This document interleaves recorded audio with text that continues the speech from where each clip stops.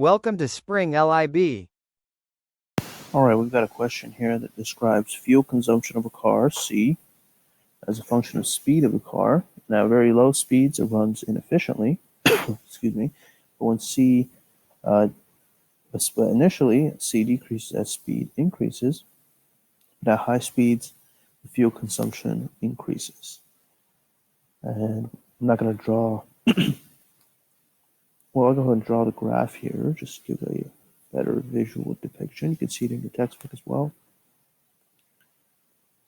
20, 30, 60 there. You have something that looks like that. There's something that looks kind of like a parabola. And we're asked to calculate, using the graph, to estimate at what speed G has its minimum value. Okay, so G is consumption, and at what speed will G have its minimum consumption? Okay, so first you want to create an equation with G that includes C and V. So first of all, we know that G can be written as the fuel consumption, excuse me, the quantity of the fuel over the distance in miles. Okay, and if you do this per mile, you can write fuel over time, distance over time. And we know that fuel consumption is the same thing as fuel over time. So we can denote fuel consumption as C, and we know distance over time is the same thing as velocity.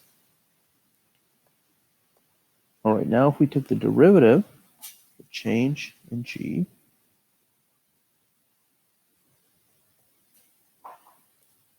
with respect to V,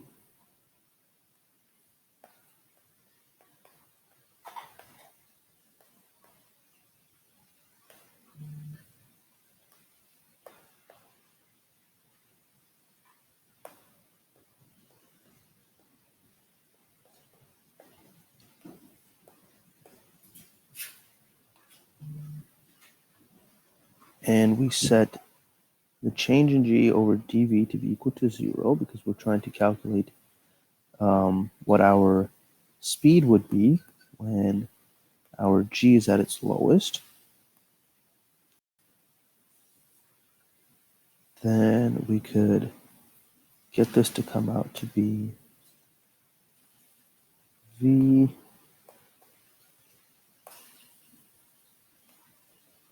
dC over dV minus C.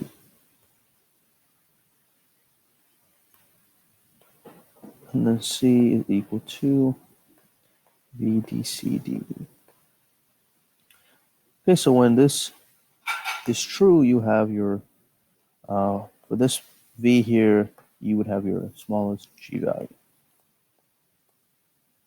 All right, now looking at the graph, we can create a relationship between C and V to help fill in these variables. So we would look at a parabola. We could write out an equation that says C minus 1 equal to mv minus 30. We're told that it is minimized when v is approximately 30 squared. Okay, here, if we know that when v is equal to 0, c is equal to 1.5. We can calculate for m, and m will come out, when you do the math there, to be 1800.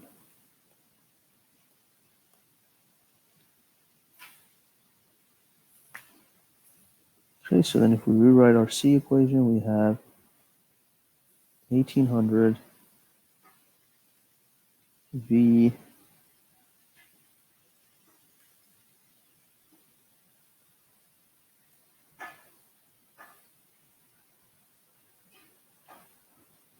m is equal to 1 over 1800.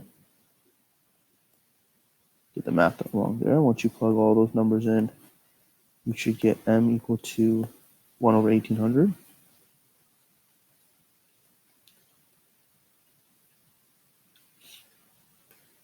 V minus 30 squared plus 1. All right, if you take the derivative of c, you can get dc dv.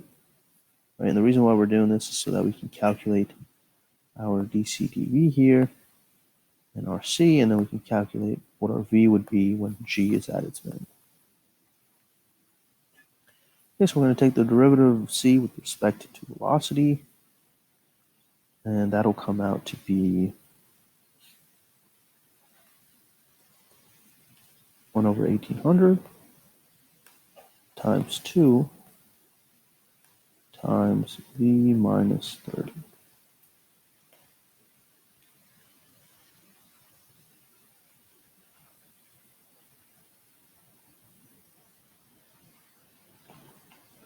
All right, now we can substitute our dc dv for this equation, and for our c, this equation. We can substitute those two equations into this and solve for v, because now we have everything in terms of v. So we would say 1 over 1800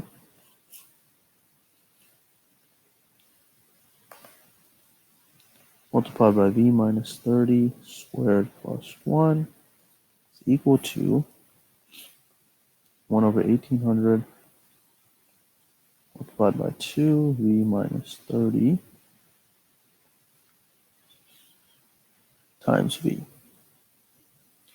All right, and then when you go ahead and do all the math and solve for your v, you'll get your v to be equal to the square root 2700, which is approximately 57 miles per hour. All right, so we can confirm that the speed would be 57 miles per hour for when g, the fuel consumption is at its lowest. All right, well, thank you so much for watching. I hope that clarifies the question.